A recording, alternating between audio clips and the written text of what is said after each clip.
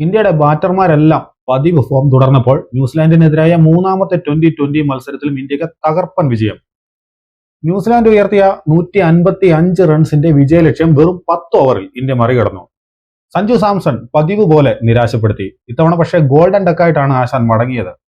അഭിഷേക് ശർമ്മയാട്ടെ കഴിഞ്ഞ കളിയിൽ എവിടെയാണോ നിർത്തിയത് അതിന്റെ തുടർച്ചയായി ബാറ്റ് ചെയ്യുകയായിരുന്നു. നേരിട്ട ആദ്യ പന്തിൽ തുടങ്ങിയ അടി അദ്ദേഹം അവസാനം വരേക്കും തുടർന്നു. 20 പന്തിൽ അടിച്ചെടുത്തത് 68 റൺസാണ്. 5 സിക്സും 7 ഫോറും. സ്ട്രൈക്ക് റേറ്റ് എത്രയാണെന്ന് അറിയാമോ? 340. 14 പന്തിലാണ് അദ്ദേഹം 50 തികച്ചത്. ഇഷാൻ കിഷൻ 13 പന്തിൽ 28 റൺസോടെ വെടിക്കെട്ട് നടത്തി. 2 സിക്സും 3 ഫോറും. സൂര്യകുമാർ യാദവിന്റെയും തകർപ്പൻ ഹാഫ് സെഞ്ചുറി നമ്മൾ കണ്ടു.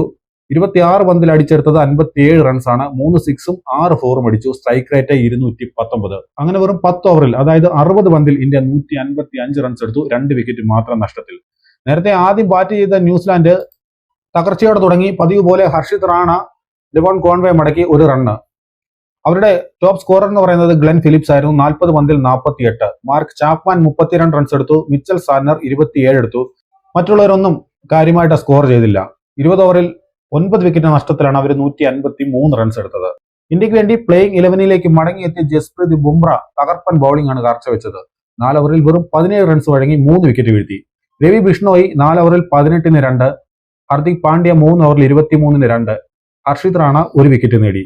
എന്നിങ്ങനെയായിരുന്നു മറ്റുള്ളവരുടെ പ്രകടനം. ഇന്ത്യൻ നിരയിൽ സഞ്ജു സാംസൺ മാത്രമാണ് നിരാശപ്പെടുത്തിയത്. അടുത്ത കളിയിൽ തിലകവർമ്മ വരികയാണെങ്കിൽ മിക്കവാറും സഞ്ജു പുറത്തിരിക്കാനാണ് സാധ്യത. ഇഷാൻ കിഷൻ ഓപ്പണിംഗിലേക്ക് കയറുകയും ചെയ്യും.